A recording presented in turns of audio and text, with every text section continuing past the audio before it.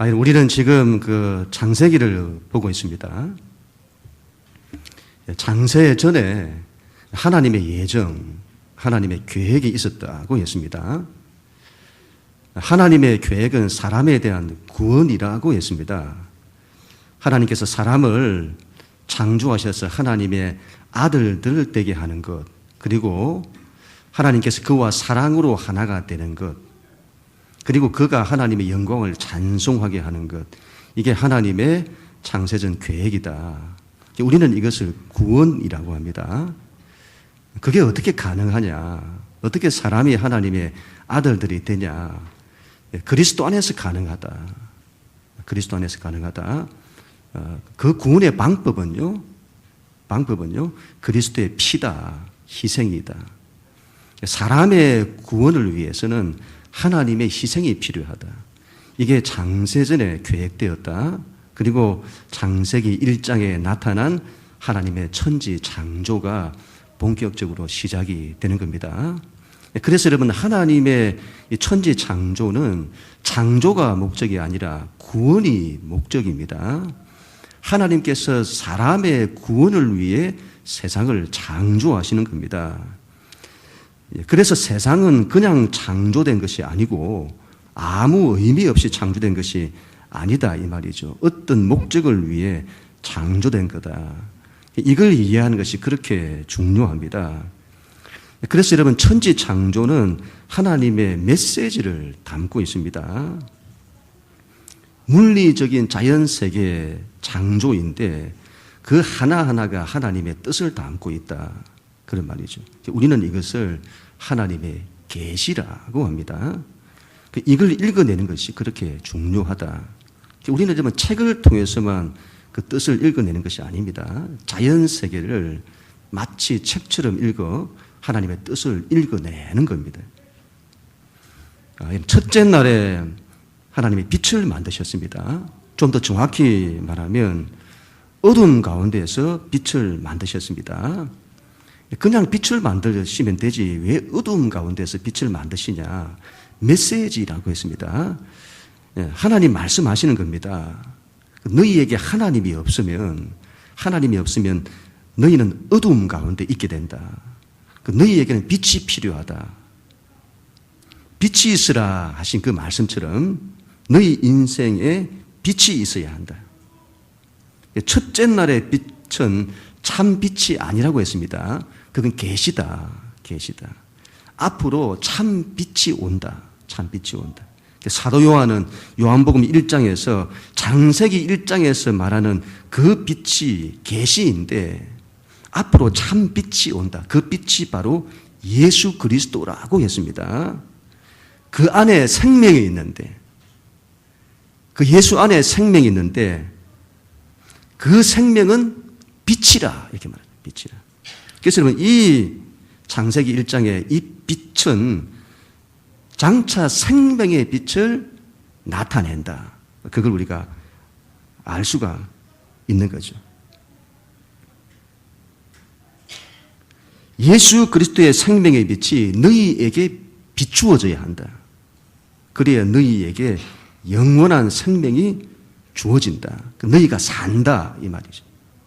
이게 이런 첫째 날의 메시지였습니다. 오늘은 이제 둘째 날입니다. 하나님 말씀 6절, 7절 같이 한번 읽도록 하겠습니다. 시작.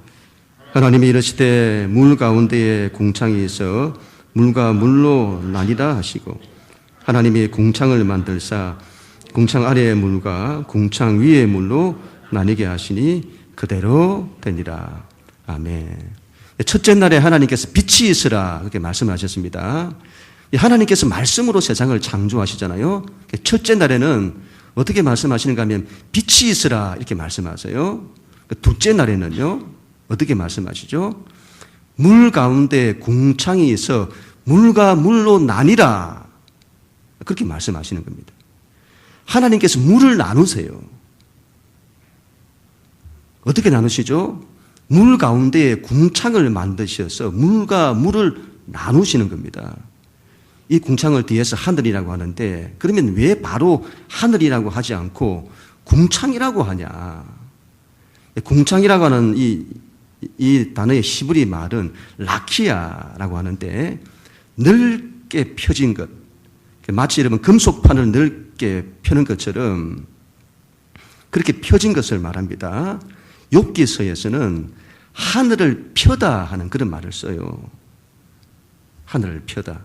하늘을 마치 금속판을 펴듯이 펴다. 그게 궁창이다 이 말이죠. 그래서 그 궁창으로 위에 물을 떠받쳐 올리고 아랫물을 내리 누르는 겁니다. 고대 히브리인들의 세계관인데 궁창으로 하늘에 물을 떠받친다 이 말이죠. 고대인들은 하늘이 파란 것은 그곳에 물이 있다고 보았습니다. 그래서 하늘에 창이 열리면 비가 내리는 거죠. 그래서 이 궁창이 그 하늘의 물을 떠받치고 있다. 오늘처럼 과학의 원리를 모르는 당시로서는 그런 세계관이 지극히 당연한 겁니다. 그러면 우리가 여기서 궁금하죠. 하나님이 왜 물을 나누시냐는 겁니다. 왜 세상을 그렇게 창조하시냐. 그 메시지입니다. 메시지. 어두움에서 빛이 있으라 하는 것과 같이 메시지입니다. 근원적인 물은 아직 혼돈된 상태입니다. 혼돈된 상태.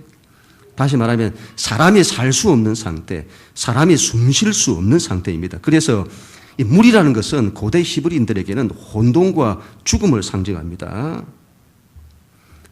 그 물을 나눈다. 그 물을 나눈다 이 말이죠. 혼돈과 죽음을 상징하는 그 물을 나눈다.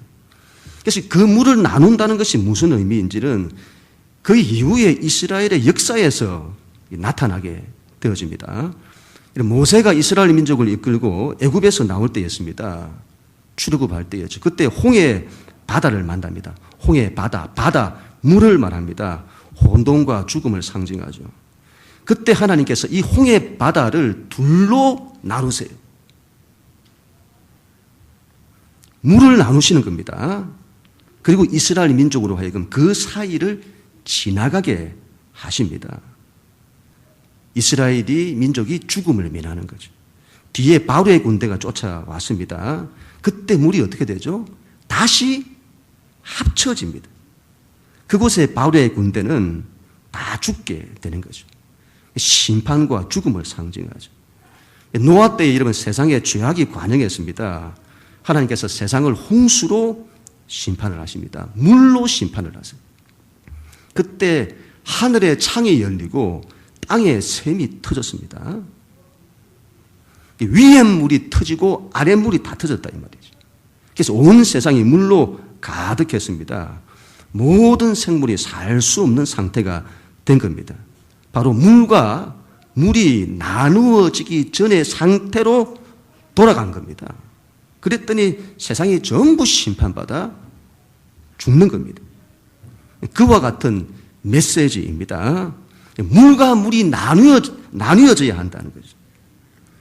물과 물이 나뉘어져 사람이 숨 쉴 수 있는 하늘이 있어야 한다. 빛이 이르면 생명을 말한다고 했습니다. 물은요, 죽음을 말합니다. 너희에게는 이 죽음을 나누어 하늘이 있어야 한다. 뒤에 가서 말씀을 드리겠습니다만은 하늘은 천국을 상징합니다. 너희에게는 천국이 있어야 한다. 그래야 너희가 산다. 그렇지 않으면 심판과 죽음이 있다. 그런 말씀이죠.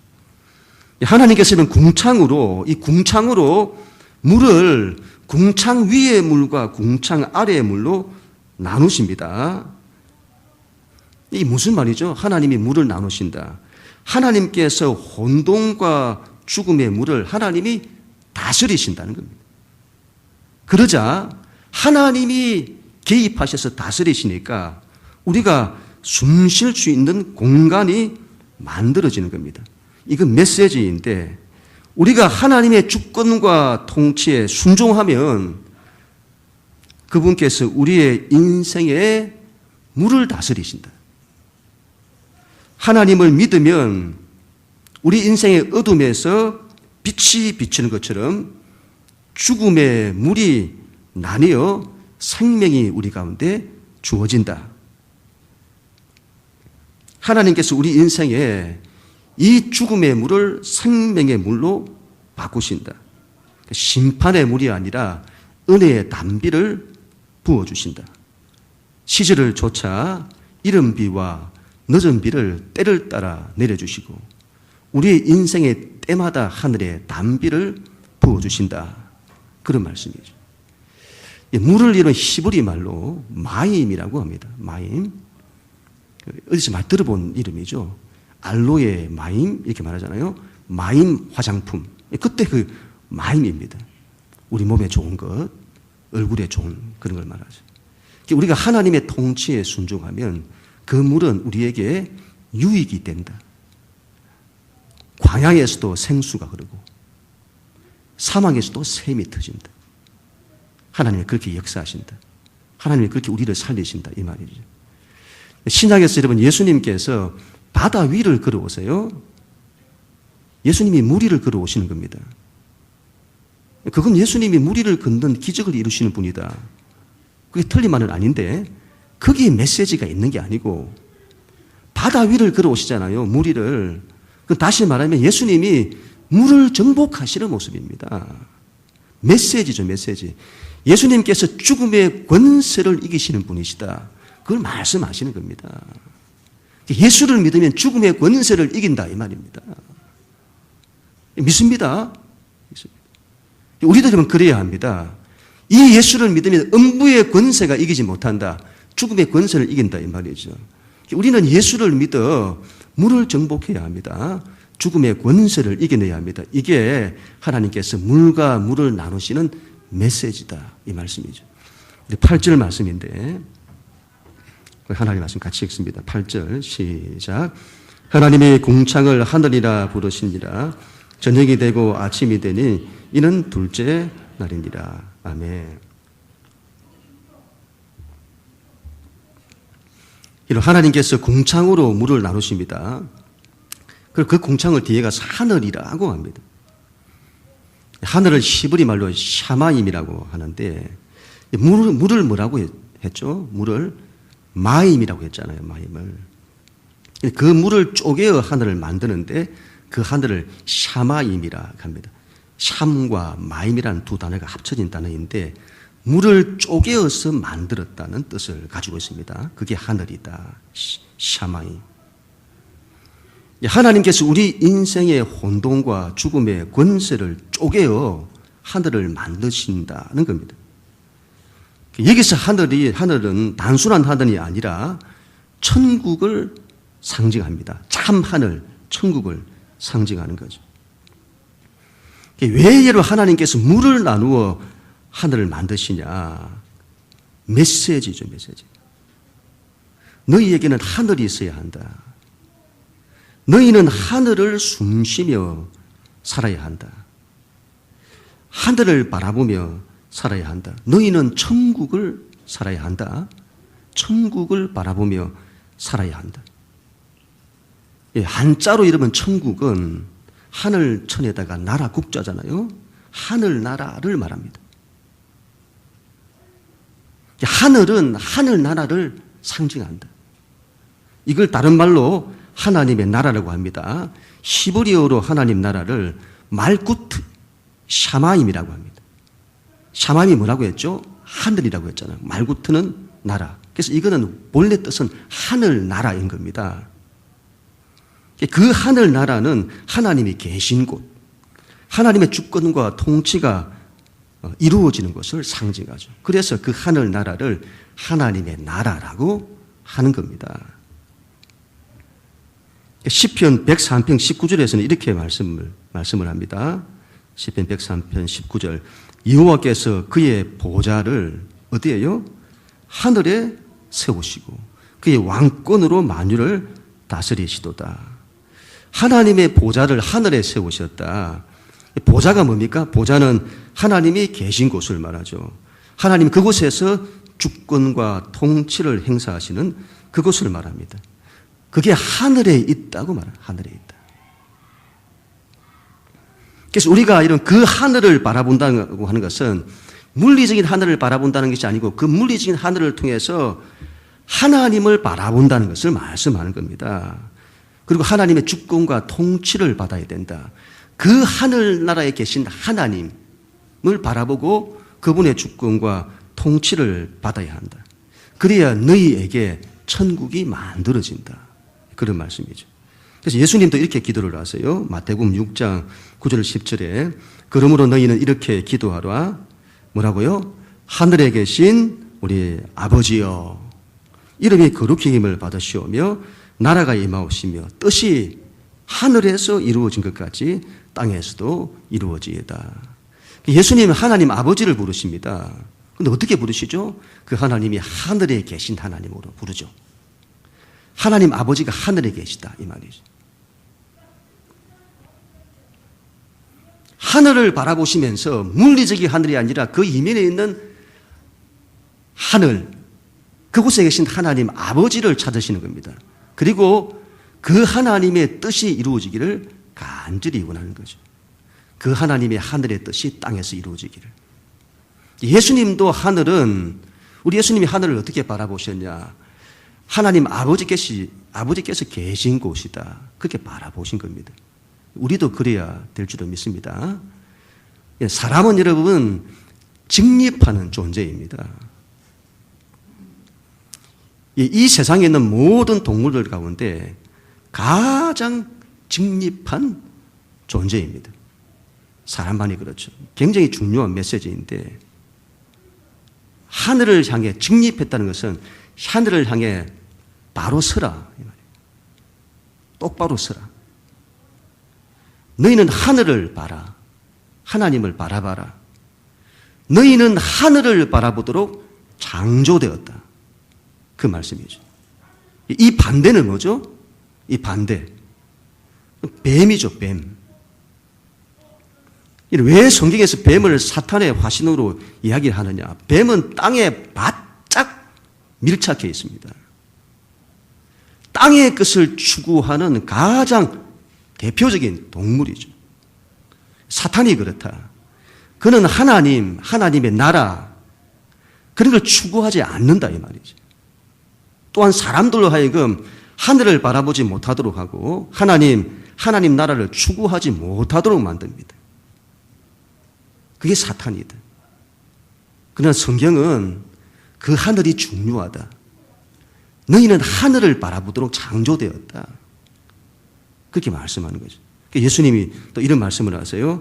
마태복음 6장 19절 20절에 너희를 위하여 보물을 땅에 쌓아두지 말라. 거기는 좀과 동록이 해하며 도둑이 구멍을 뚫고 도둑질하느니라. 오직 너희를 위하여 보물을 하늘에 쌓아두라. 보물을 땅에 쌓아두지 말고 하늘에 쌓아두라. 이게 무슨 말이죠?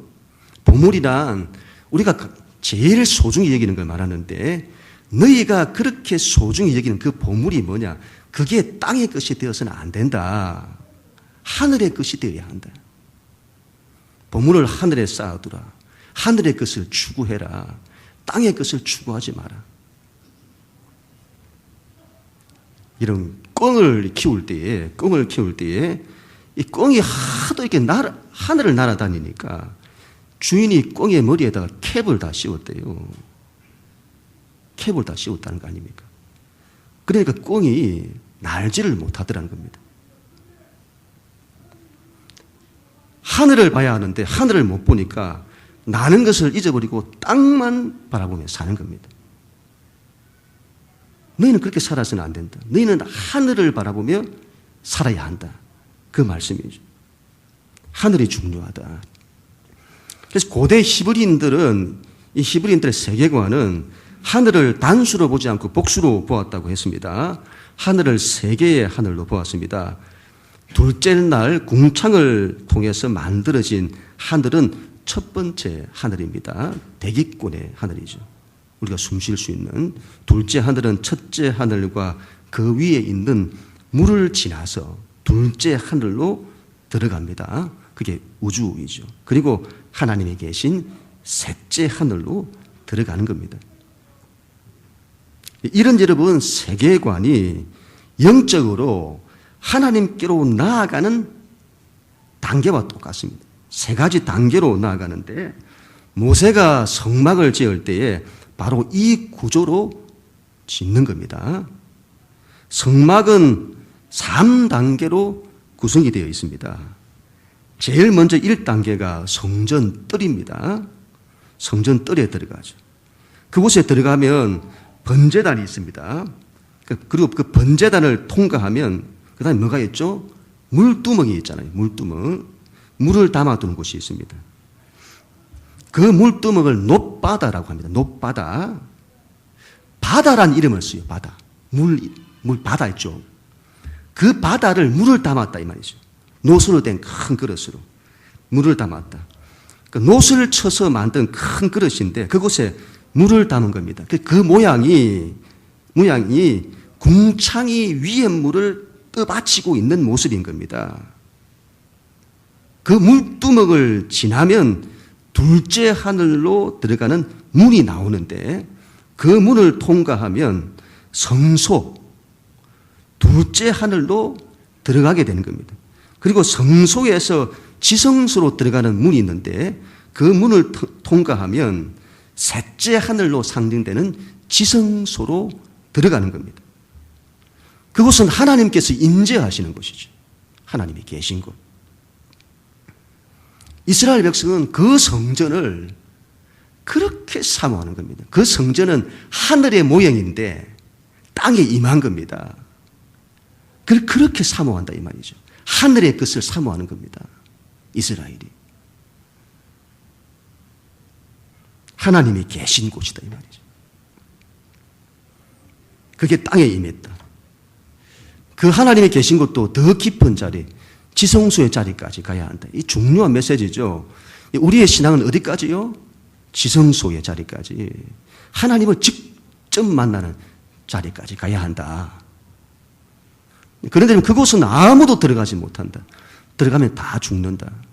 오직 예수 그리스도의 피, 희생을 통해서만 들어가는 겁니다. 우리가 얼마나 큰 하나님의 은혜와 축복을 받았는지 예수 그리스도를 믿는 그 믿음으로 하나님이 계신 그 지성소의 자리까지 담대히 들어가는 겁니다. 하나님을 직접 만난다 이 말이죠. 그래도 안 죽어요. 우리는 그 하늘을 사모해야 하는 겁니다. 그 하나님을 바라봐야 합니다. 그 하나님의 주권과 통치에 순종해야 합니다. 그게 둘째 날의 메시지인 거죠. 마지막으로 10절 말씀. 우리 하나님 말씀 같이 읽습니다. 10절 시작. 하나님이 묻을 땅이라 부르시고 모이물을 바다라 부르시니 하나님이 보시기에 좋았더라. 아멘. 여러분 이 둘째 날의 창조에서 굉장히 이상한 것은 하나님이 보시기에 좋았더라는 말씀이 없습니다. 이는 왜 이게 없을까요? 첫째 날에도 그 끝에 하나님 보시기에 좋았더라고 하셨고 셋째 날에도 하나님 보시기에 좋았더라. 넷째 날, 다섯째 날에도 하나님 보시기에 좋았더라. 여섯째 날에는 사람을 창조하셨을 때는 하나님 보시기에 심히 좋았더라고 말씀을 하셨는데 왜 둘째 날에는 없는가? 또 성경을 좀 자세히 보신 분들은 다음 주일에 우리가 볼 셋째 날에 하나님 보시기에 좋았더라는 말씀이 2번 나오는 것을 알 수 있습니다. 왜 둘째 날에는 없고 셋째 날에는 2번 등장하는가? 왜 그런가 이 말이죠. 그건 다른 것이 아닙니다. 지금 하나님께서 물을 나누시는 작업을 하시는데 물을 나누시는 이 작업이 셋째 날까지 이어지는 겁니다. 셋째 날에는 궁창 아래의 물을 한 곳으로 모이게 하여 땅을 만드십니다. 그리고는 하나님의 목적이 이루어지는 겁니다. 그리고 하나님이 보시기에 좋았더라고 하시는 거죠. 그래서 여러분 하나님의 목적은 하늘과 땅을 함께 만드시는 겁니다. 하늘만 만드신 것을 가지고 보시기에 좋았더라고 말씀하시지 않고 땅만 만드신 것을 가지고 보시기에 좋았더라고 말씀하시지 않고 하늘과 땅을 함께 만드시고 보시기에 좋았더라고 하시는 겁니다. 무슨 말이죠? 하늘과 땅은 같이 가는 거다. 같이 가는 거다. 하늘과 땅은 구분되나 분리되지 않는다. 요한계시록 여러분 21장에서 이렇게 말씀을 하세요. 21장 1절. 또 내가 새 하늘과 새 땅을 보니 처음 하늘과 처음 땅이 없어졌고 바다도 다시 있지 않더라. 여러분, 처음 하늘과 처음 땅이 하나님의 목적이 아니란 걸 알 수 있죠? 하나님께서 우리에게 하나님 나라를 주시는데 그 나라는 하늘만 있는 것이 아니고 하늘과 땅이 함께 있는 거다. 하나님이 새 하늘과 새 땅을 주신다. 처음 하늘과 처음 땅을 주신 것처럼 이제 이루어진 하나님의 나라에 새 하늘과 새 땅을 주신다. 그런 말씀이죠. 바다는 다시 있지 않더라. 왜 그렇죠? 왜냐하면 바다는 심판과 죽음을 상징합니다. 그래서 그 문제가 해결된다 이 말이죠. 그래서 바다는 다시 있지 않다. 그렇게 말씀하시는 거죠. 저는 걱정입니다. 나중에 우리가 하나님 나라에 들어가면 영원히 살 건데 저는 천국에서 해루지를 해야 한다는 주의인데 바다가 없으면 이거 어떻게 하냐. 그거 못할 건데 이거 어떻게 해야 되나 싶습니다. 하나님께 건의를 좀 해야 하나 그런 마음이 드는데 하여튼 여러분 새 하늘과 새 땅을 함께 주신다. 하늘과 땅이 분리 안 된다 이 말이죠. 이 둘은 함께 간다. 이건 대단히 중요합니다. 하나님이 사람을 창조하실 때도 그렇게 창조를 하세요. 두 가지 요소로 창조를 하시는데 먼저 흙으로 사람을 지으십니다. 사람이 땅에서 왔다는 것을 말하죠. 그리고 그 코에 생기를 불어넣으십니다. 니시마트 하임이라고 하는데 하나님께서 영혼을 불어넣으신 겁니다. 그 영혼은 하늘에서 온다. 그리고는 그가 살아있는 존재, 사람이 되었다. 사람에게는 하늘의 요소와 땅의 요소가 같이 있는 겁니다. 사람은 영혼과 하늘에서 온 영혼과 땅에서 온 육체로 구성이 되는 겁니다. 하나님께서 하늘과 땅을 만드시는 것과 똑같은 구조로 사람을 영혼과 육체로 만드시는 겁니다. 이 두 가지는 구분이 되나 분리되지 않는다. 영혼과 육체를 자꾸 분리하는 사람들이 있어요. 그래서 육체는 악하다고 보고 영혼은 선하다고 보고 당시 여러분 예수님 당시 헬라 철학들이 다 그랬습니다. 영혼은 불멸하다. 그리고는 육체에는 관심이 없고 영혼에만 관심을 둡니다. 영지주의 같은 이단들이 등장하는 것도 이것 때문이죠. 육체는 악하기 때문에 이거 뭐 금욕을 하든지 아니면 육체를 마음대로 놀든지 상관 안 하고 그리고는 지적인 세계, 영적인 세계만을 추구합니다. 불교를 보세요. 영지주의와 똑같습니다. 지적인 깨달음의 세계를 추구하죠. 성경적인 세계관은 그렇지 않습니다. 영혼과 육체를 분리하지 않습니다. 구분은 하나 분리되지 않는다. 신앙에서 여러분 이게 잘못되면 어떤 분들은 영적인 것에만 관심이 있습니다. 영적인 신비적인 세계에만 관심을 가집니다. 그래서 늘 영적 체험만 찾고 그런 세계를 추구하죠. 육체에 대해서는 터부시합니다. 반대로 눈에 보이는 물질적인 것에만 관심을 가지고 영적인 것에 대해서 무관심한 사람들도 있습니다.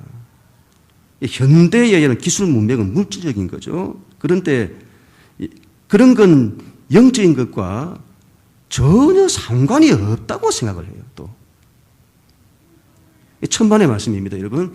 바울이 아테네를 방문했을 때에 아테네가 어떤 도시입니까? 이건 철학의 도시고 학문의 도시잖아요. 그런데 그 도시가 어느 도시보다 우상을 많이 섬겼습니다. 우리는 철학과 학문, 과학과 기술, 문명은 영적인 것과 반대라고 생각을 합니다. 그건 영혼과 육체를 분리시키는 이원론적인 생각입니다. 성경적 세계관은 영혼과 육체를 분리하지 않습니다. 아이들이 스마트폰에 빠지는 것은, 게임에 빠지는 것은, 미디어에 빠지는 것은 영적인 문제와 깊은 관계를 가지고 있다는 것을 말씀하는 겁니다.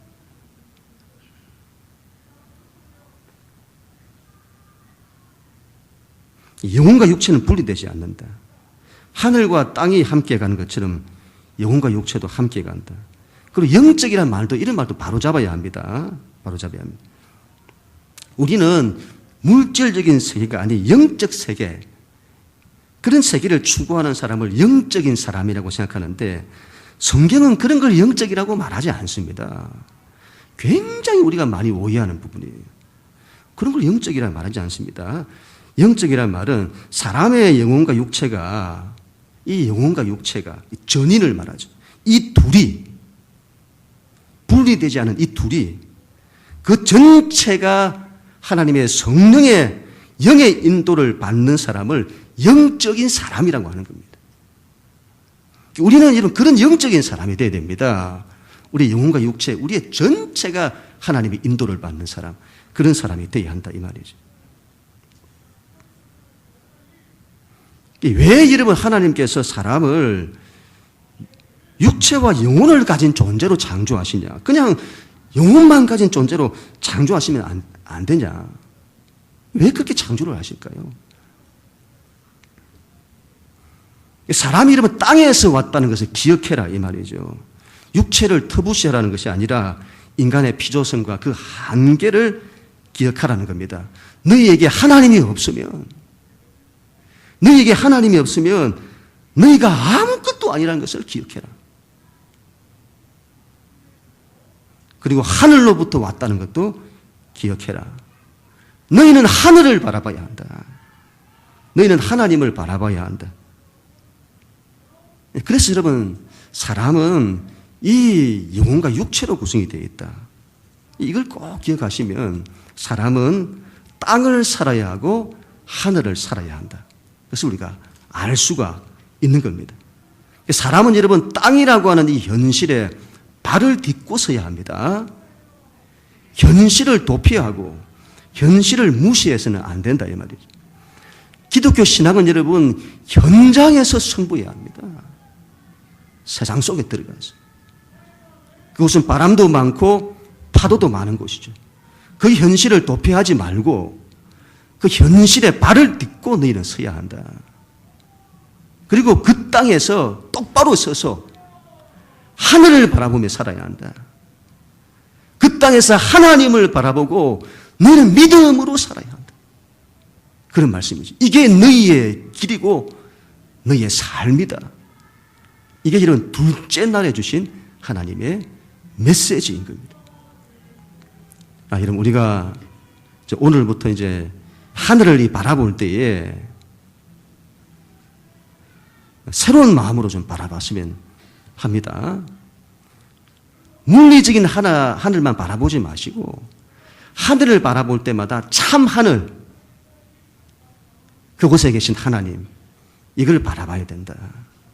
하늘을 볼 때마다 여러분 넓게 한 번씩 하늘을 바라보시고 우리가 그 이면에 있는 하나님을 바라보시고 천국을 바라보시는 그런 우리 모두가 다 될 수 있기를 바랍니다. 현실에서 이러면 이런저런 현실에 바람도 많고 파도도 많고 아픔도 많고 상처도 많고 실패도 많고, 그러나 그 현실에 발을 딛고 똑바로 서야 할 것입니다. 하나님 말씀하시는 것이죠. 너희는 똑바로 서라. 하늘을 향해. 너희는 현실에서 하늘을 바라보고 살아야 한다. 그러면 너희가 산다. 이 하나님의 말씀이 우리에게 그대로 이루어지기를 주님 이름으로 간절히 축원합니다.